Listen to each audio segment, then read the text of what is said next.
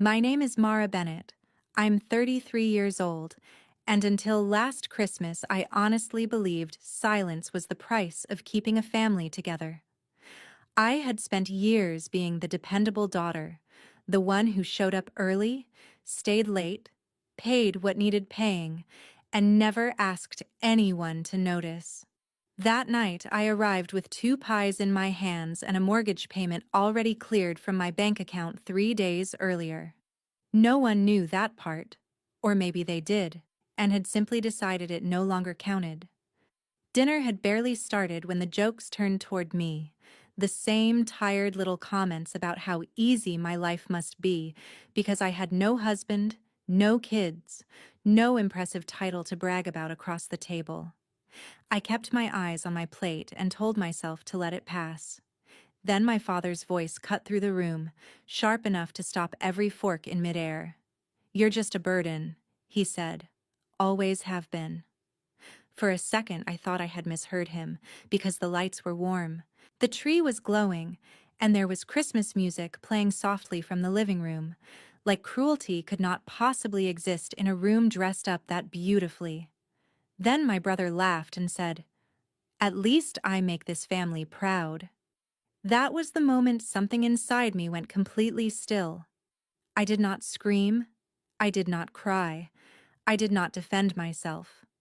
I placed my fork beside my plate, stood up, took my coat from the chair, and walked out without a single word.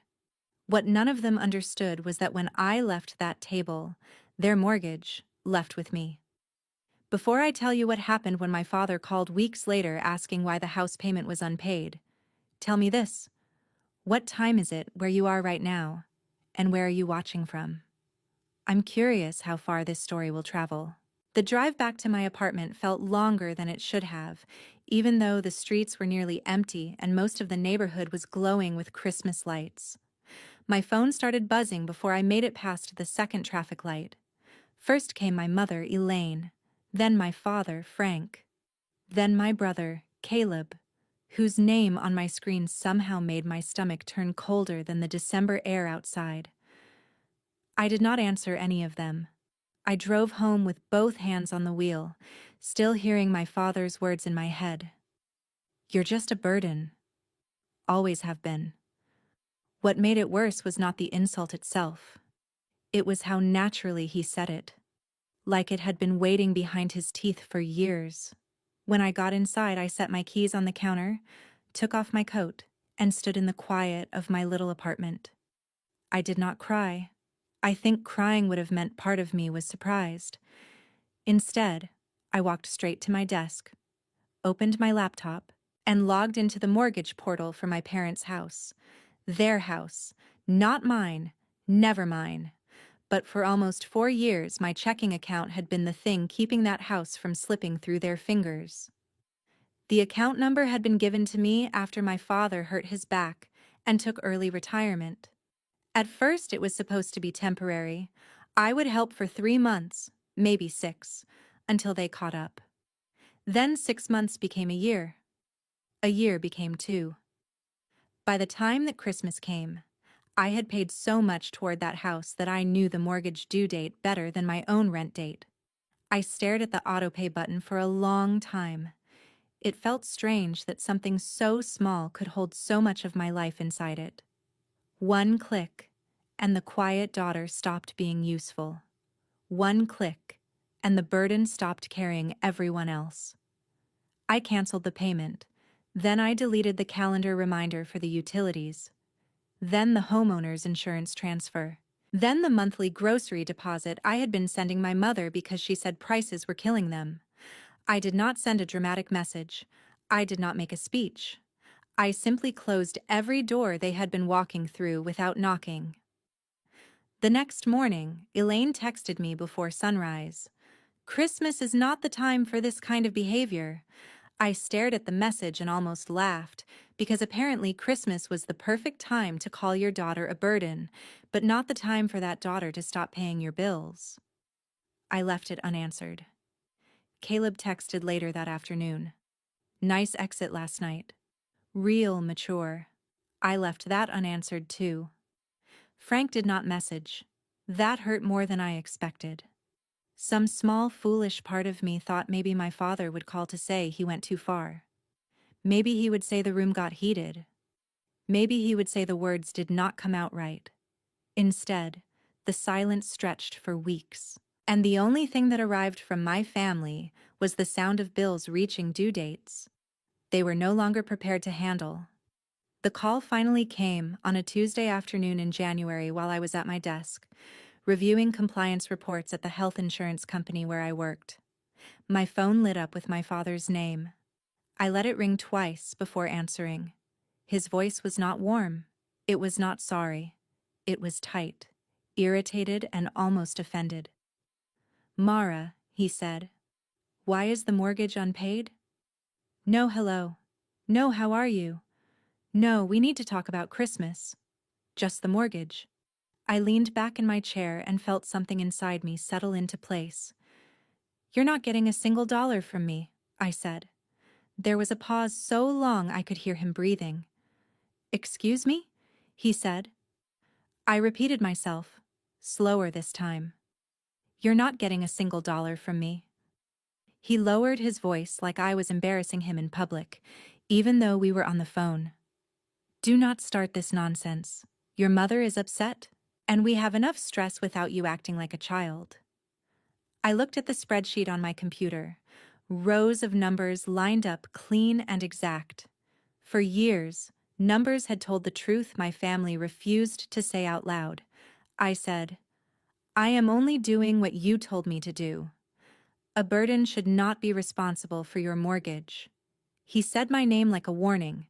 I said, "Ask the person who makes this family proud." Then I ended the call. My hands shook after I put the phone down, but not because I regretted it. They shook because it was the first time in my adult life I had said no and let the no stand. That night, Elaine sent me a message so long it filled my entire screen. She said my father's blood pressure was up. She said Caleb was disappointed in me. She said families were supposed to forgive. She said I was selfish, dramatic, ungrateful, cold. Not once did she say she was sorry. Not once did she ask how it felt to be humiliated at her Christmas table after quietly helping them survive for years. I read the message twice, then opened a folder on my laptop and started saving screenshots. I did not know yet why I was doing it. I just knew that for the first time, I wanted proof. Proof that I was not crazy. Proof that their love always came with an invoice attached. By midnight, I had pulled old bank records, mortgage confirmations, utility transfers, repair receipts, and emergency deposits. The total made me sit back in my chair. $78,000. That was not counting the birthday gifts, groceries, gas cards, medical copays, or days I took off work to drive my father to appointments. $78,000, and still, at the Christmas table, I was the burden. That was when I understood something simple and ugly. They were not angry because I left. They were angry because the money left with me. For a few days after that call, I expected the apology to come. I hated that I expected it, but I did. I told myself that once the shock wore off, someone would realize how far things had gone. Maybe Elaine would call and say the words at dinner had been cruel. Maybe Frank would admit he had been scared about money and took it out on me. Maybe Caleb would at least have enough shame to stop laughing. None of that happened. Instead, my family did what people like them do when they cannot control the truth. They tried to control the story. I found out from my Aunt Linda, my mother's younger sister, who lived 2 streets over from my parents and still attended the same church. She called me one night and started with that careful voice people use when they already know they are about to hurt you. "Mara, honey, I think you should know what is being said." I was standing in my kitchen, eating cereal for dinner because I had not had the energy to cook. I asked her what she meant. She sighed. "Your mother has been telling people you are going through something. She says you are unstable lately. She says you walked out on Christmas and cut them off because you are angry that Caleb is more successful. I put the spoon down. For a second, the apartment seemed too quiet. I asked if Frank knew she was saying that. Linda said, "Your father is not correcting her." That answered everything. The next day, I saw Caleb's post myself. It was a Christmas photo from 2 years earlier, one taken in front of my parents' tree. Caleb was in the center, of course, one arm around Elaine, Frank standing proudly beside him. I was at the edge of the frame, half blocked by someone's shoulder, smiling like I had not spent that afternoon cooking most of the meal. The caption read, "Real family stays when things get hard." Under it, Elaine had commented, "Some children forget who raised them." People from church responded with praying hands, little hearts, and comments about loyalty. I sat at my desk on lunch break, staring at that post until the words blurred. It is a strange thing to watch your own family turn you into a villain for refusing to keep being used. I wanted to type everything. I wanted to tell everyone that real family does not call you a burden while spending money you earned. I wanted to post screenshots of the mortgage payments and ask their church friends if prayer covered late fees. But I did not. Not yet. I had spent my whole life reacting quietly, and now I needed to learn the difference between silence and strategy. So instead of responding, I saved the post. I saved the comments. I saved Elaine's texts.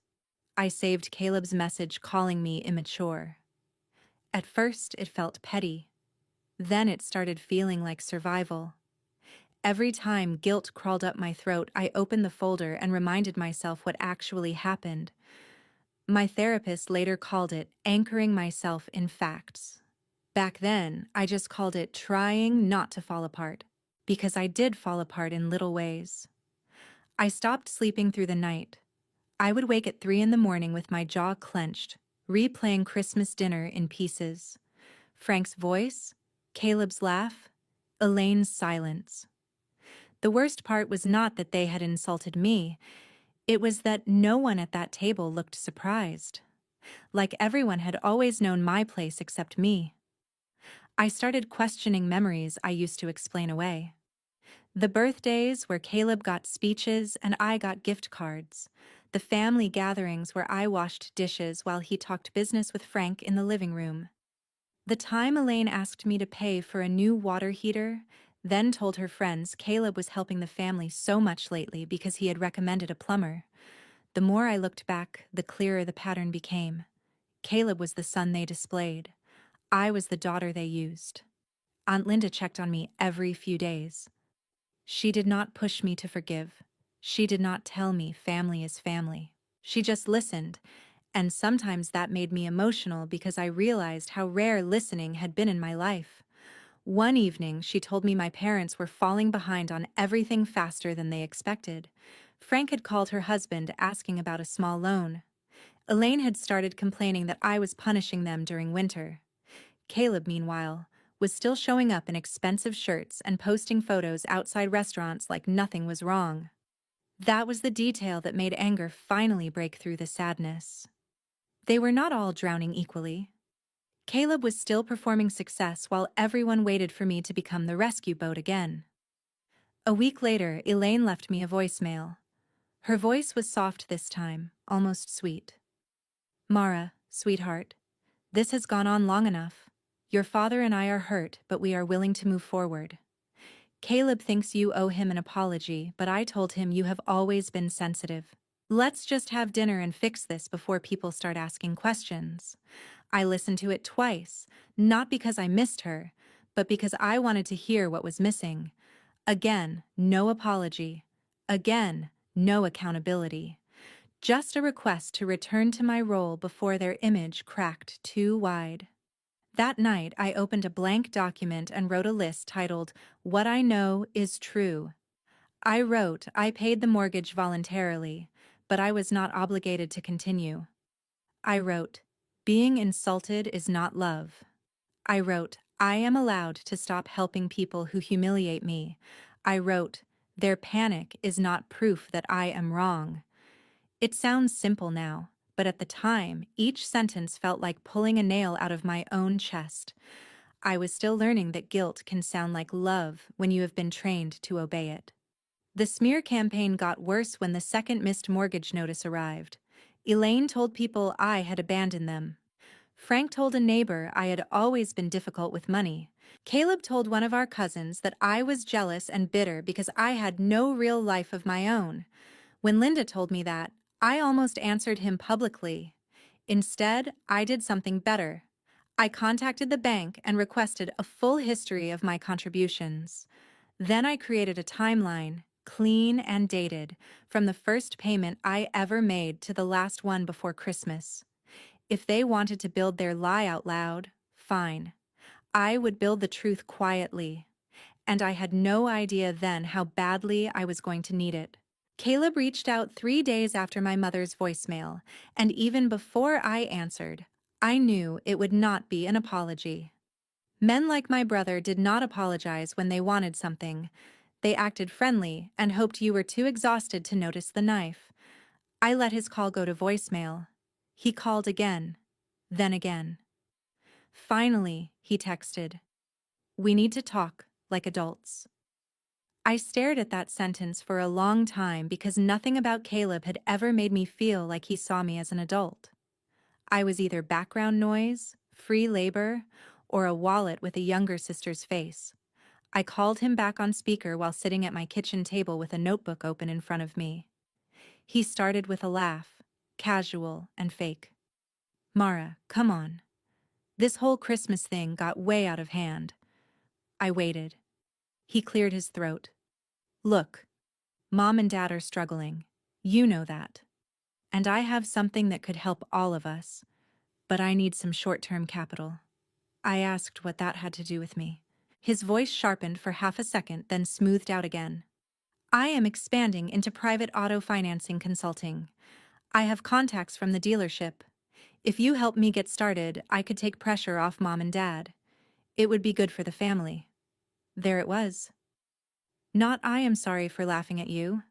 Not "thank you for carrying everyone." Just another plan that required my money and his glory. I told him no. He went quiet. Then he said, "You work in compliance. And suddenly think you are better than everyone?"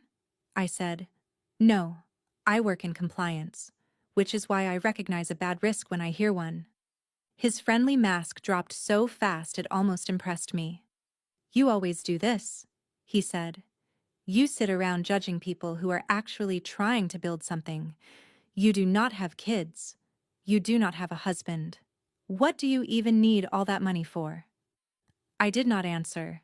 There is no response that reaches someone who believes your life is extra just because it does not look like theirs. I ended the call and saved the voicemail that followed, because of course he left one. It was rambling, angry, and useful. 2 days later, my phone pinged with a fraud alert from a bank I had not used in years.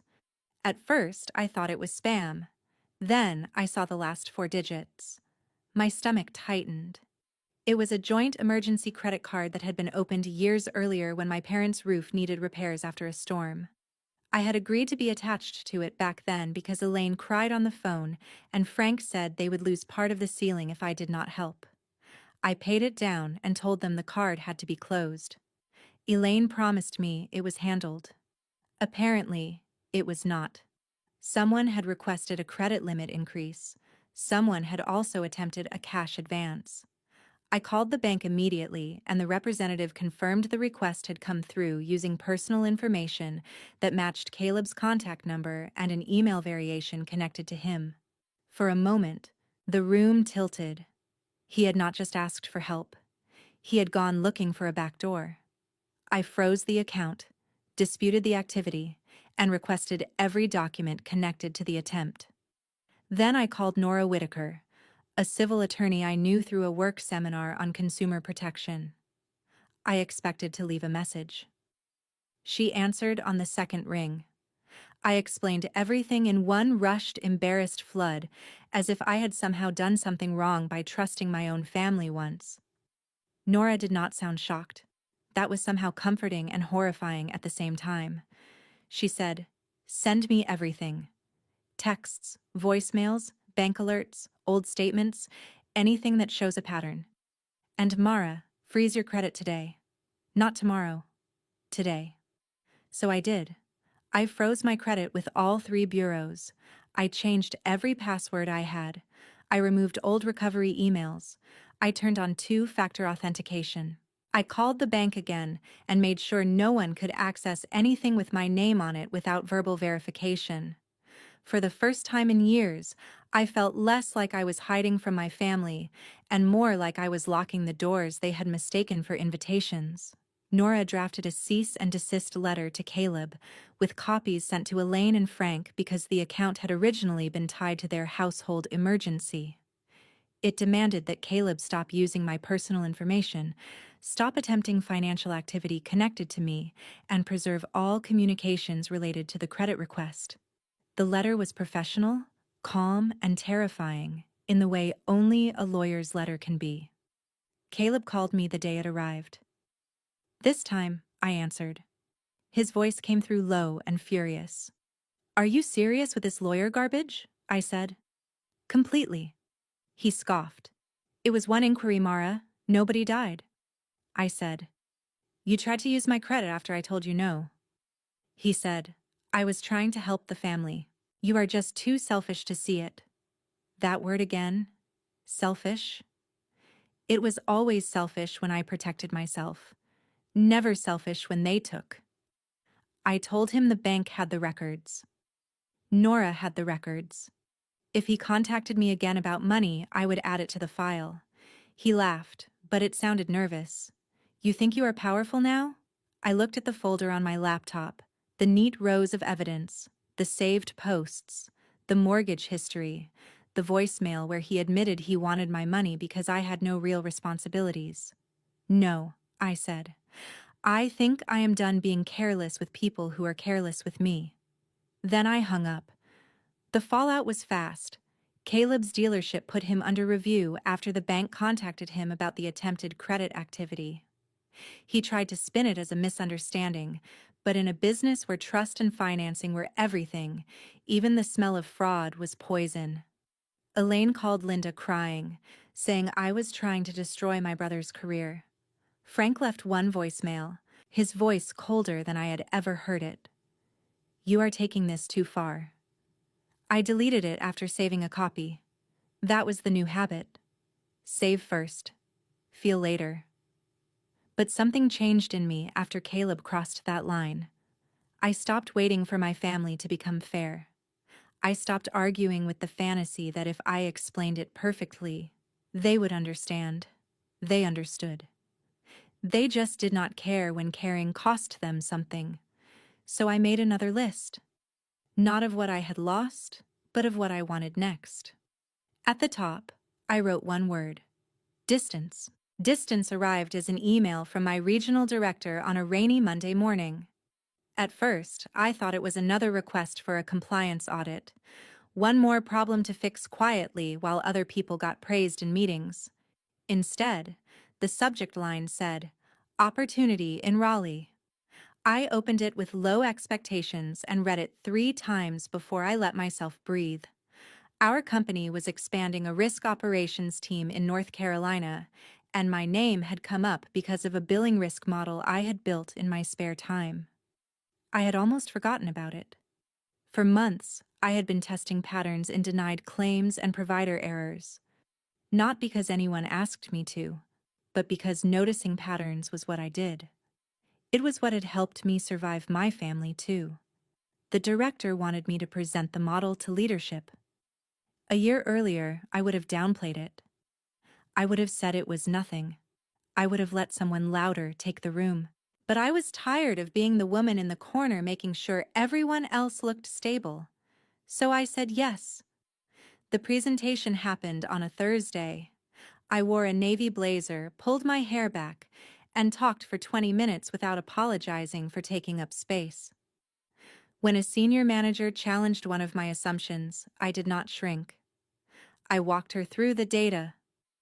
By the end, the room was quiet in a way I had never experienced at my parents' table.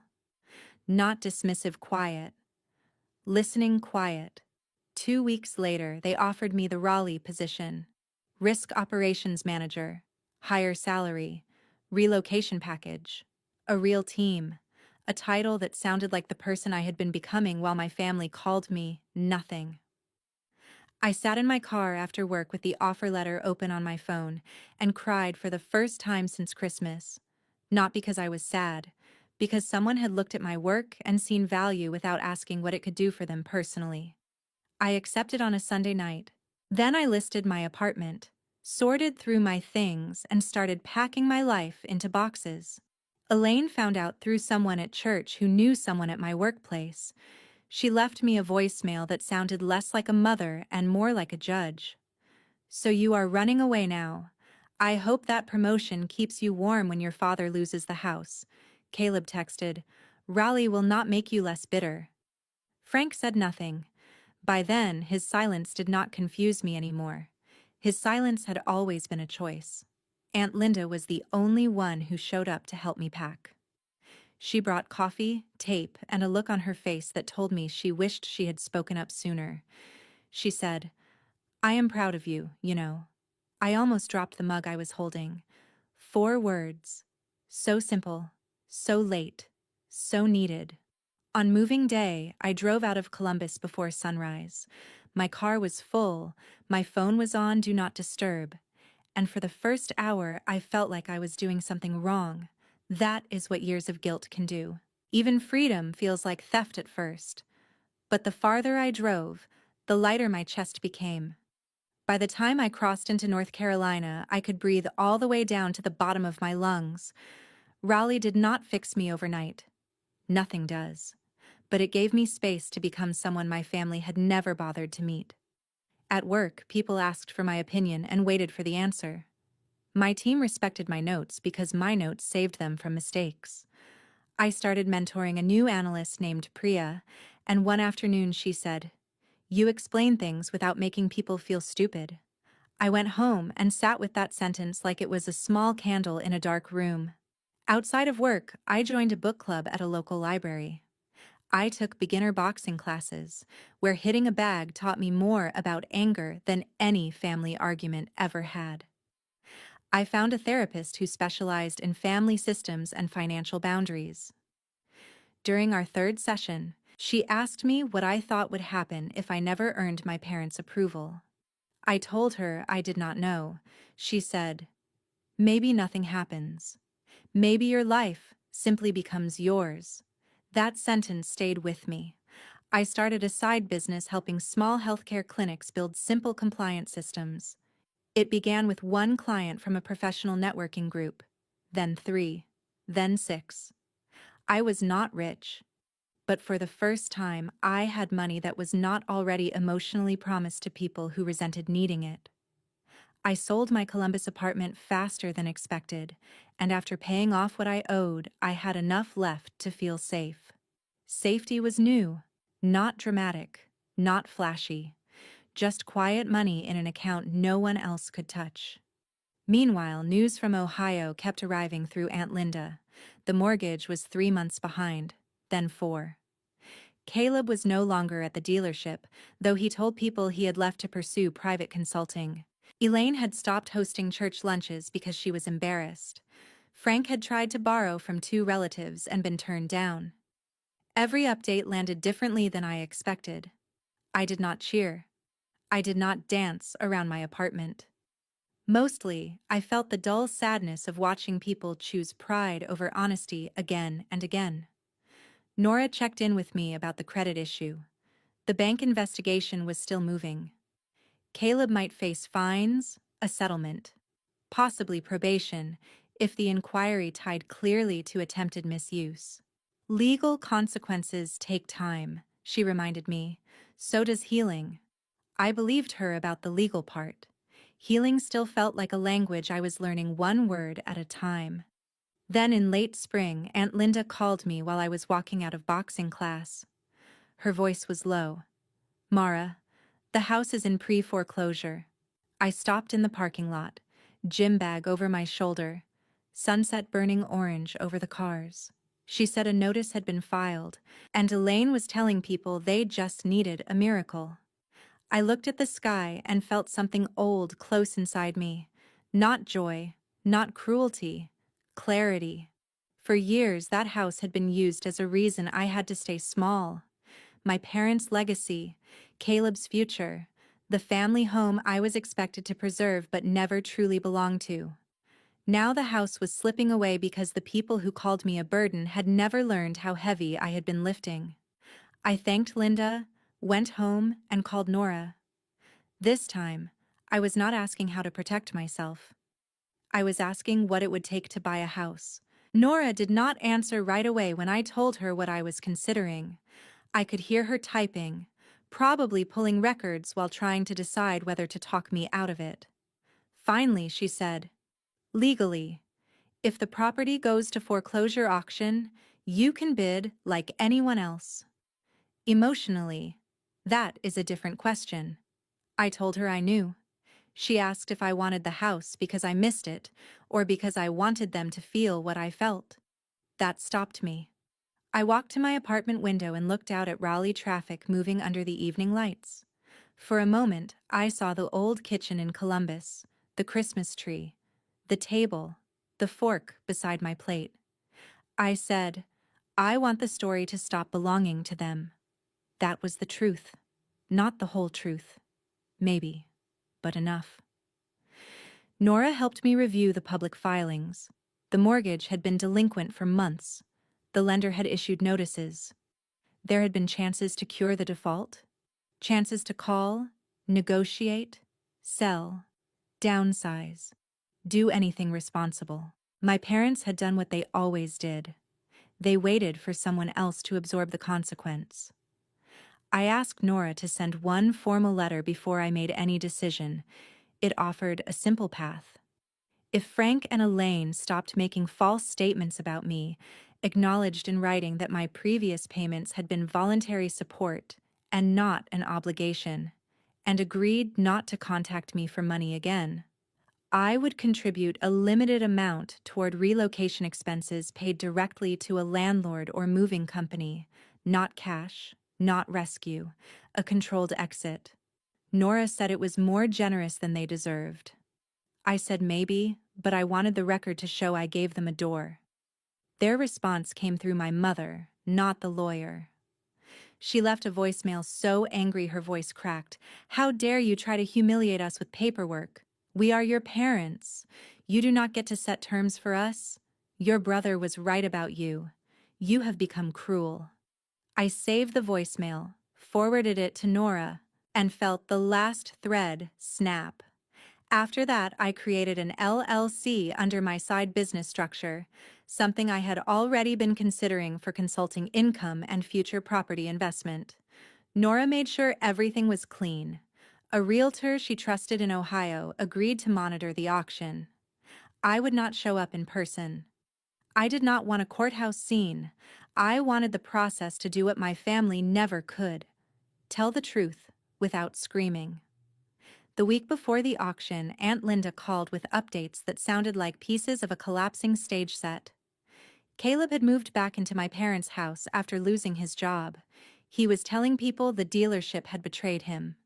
Elaine was selling furniture online but still refusing to admit they might lose the house. Frank had taken a part-time inventory job at a hardware supplier, even though standing too long made his back worse. And somehow, in the middle of all that, Caleb was still blaming me. He told a cousin that if I had not overreacted at Christmas, none of this would have happened. That one almost made me laugh. Not because it was funny, but because it was so perfectly him. In Caleb's mind, the problem was never the insult, the entitlement, the attempted credit misuse, or the years of taking. The problem was that I finally moved. The auction happened on a Thursday morning while I was in my office in Raleigh. I had a meeting at 9, another at 10:30, and a foreclosure auction tab open quietly on my second monitor like a secret heartbeat.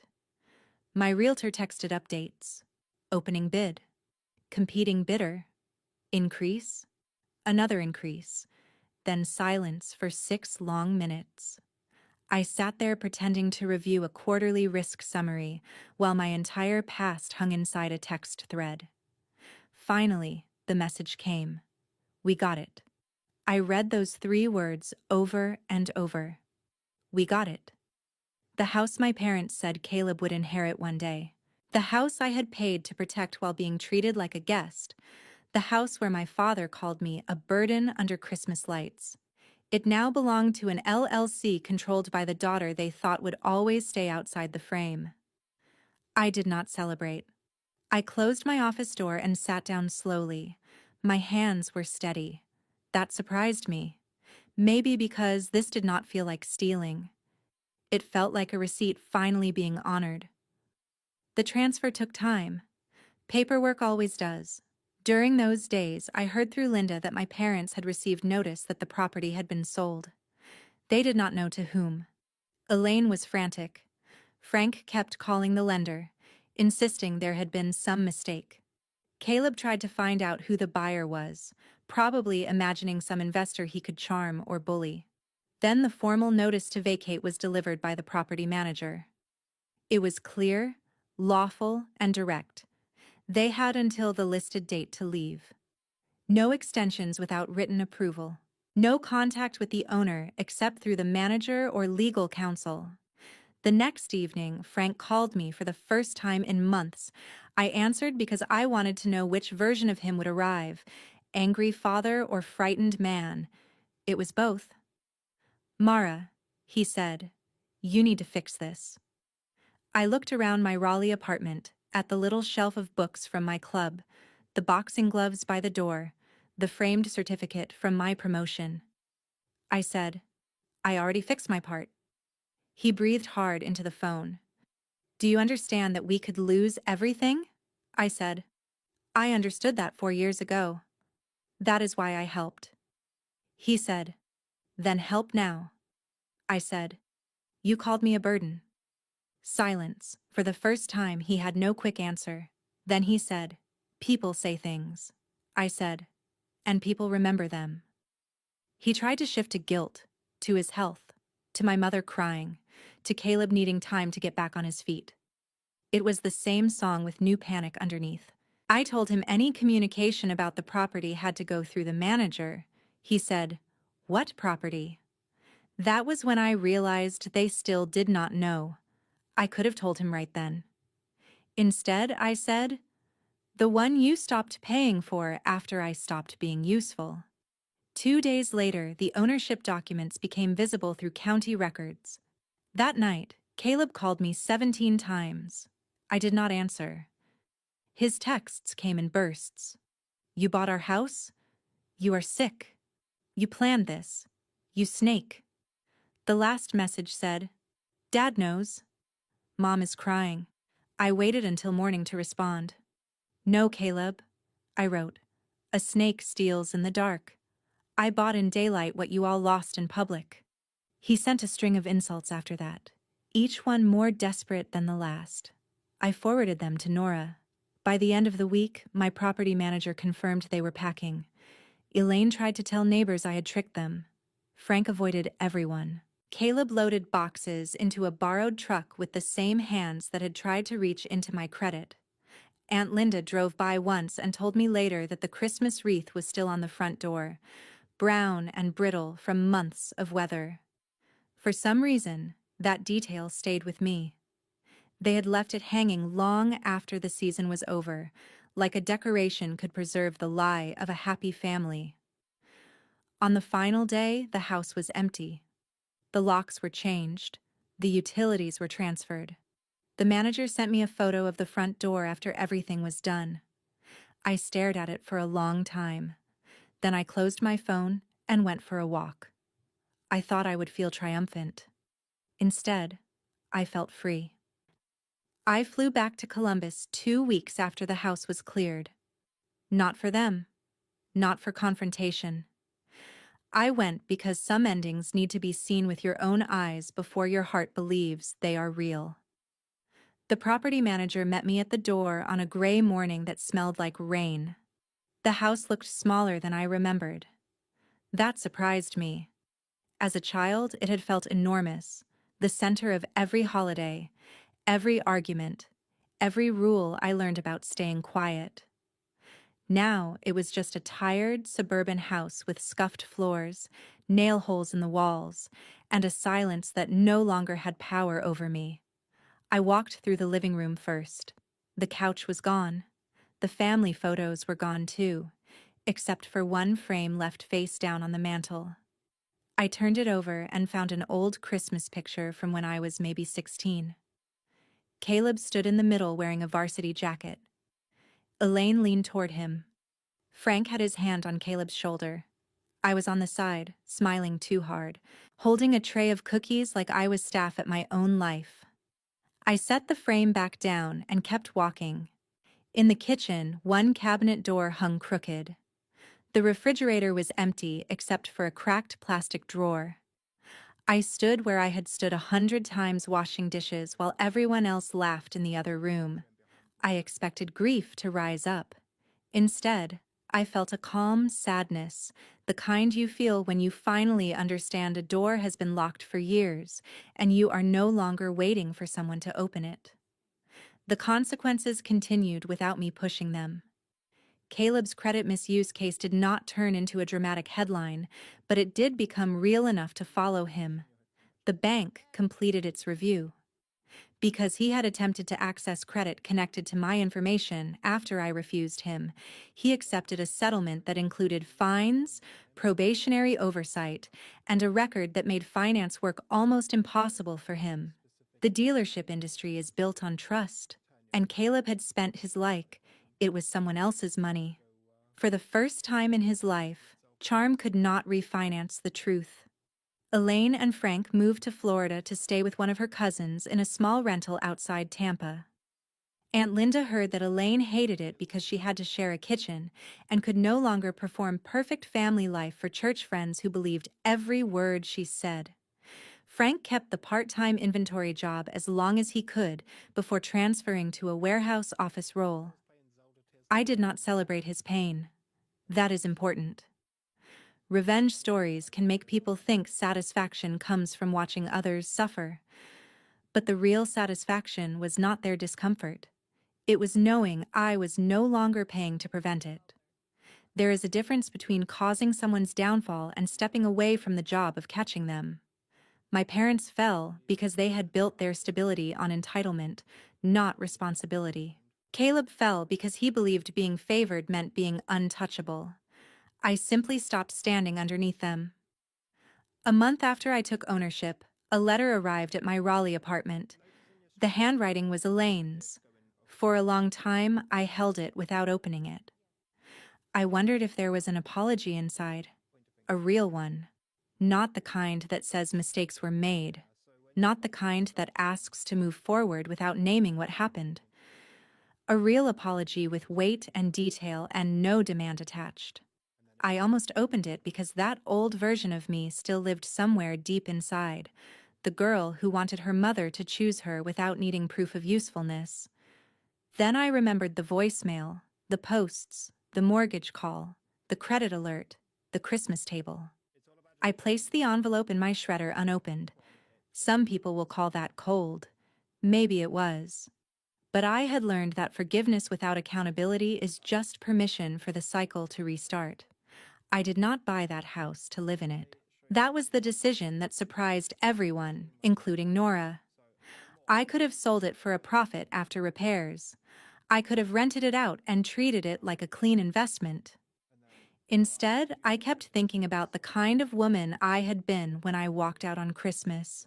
Not homeless, not helpless, but emotionally trapped by money, guilt, and family pressure. I thought about how many people, especially women, stay in harmful situations because someone controls the bank account, the paperwork, the credit card, the place they sleep. So I renovated the house with a different purpose. New paint, new locks, new appliances, a repaired porch, a small office where the dining room used to be. With help from a local nonprofit, the house became New Start House, a transitional home for young women and single mothers rebuilding after financial control, family rejection, or unstable housing. We added budgeting workshops, resume support, basic legal education, and financial literacy classes. Nothing fancy, nothing that would make the news.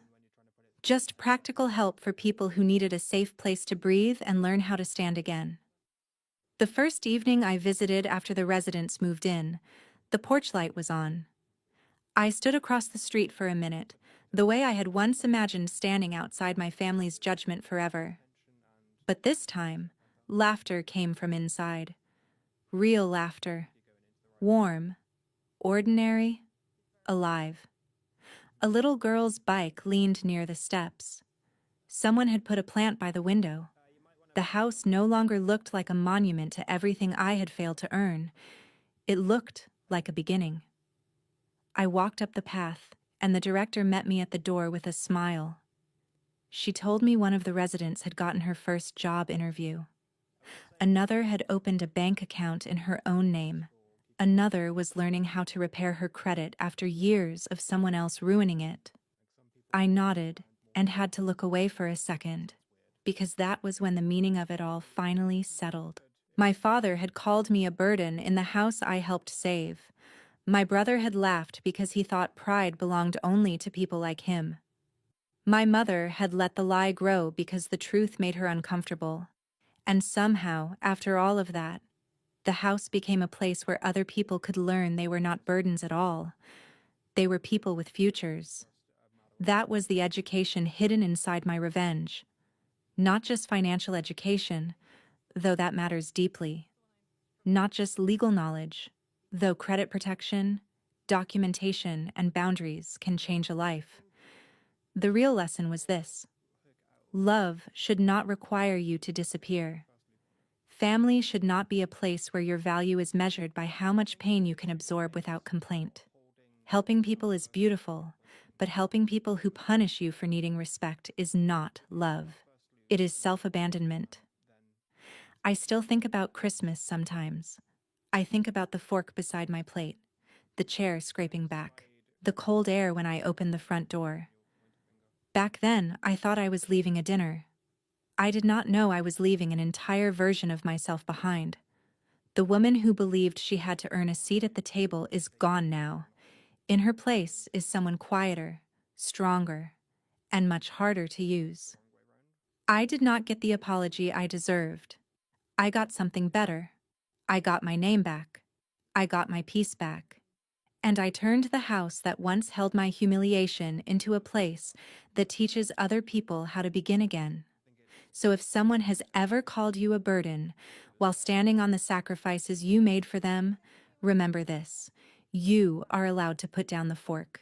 You are allowed to stand up. You are allowed to walk out.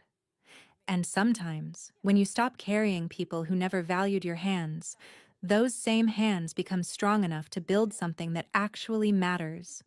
My team and I are committed to creating stories that are dramatic, thoughtful, and filled with the lessons that viewers can carry with them. This is a fictional story made only for educational and entertainment purposes. We hope it shows that even when life feels unfair, people can still show dignity, strength, and a better future.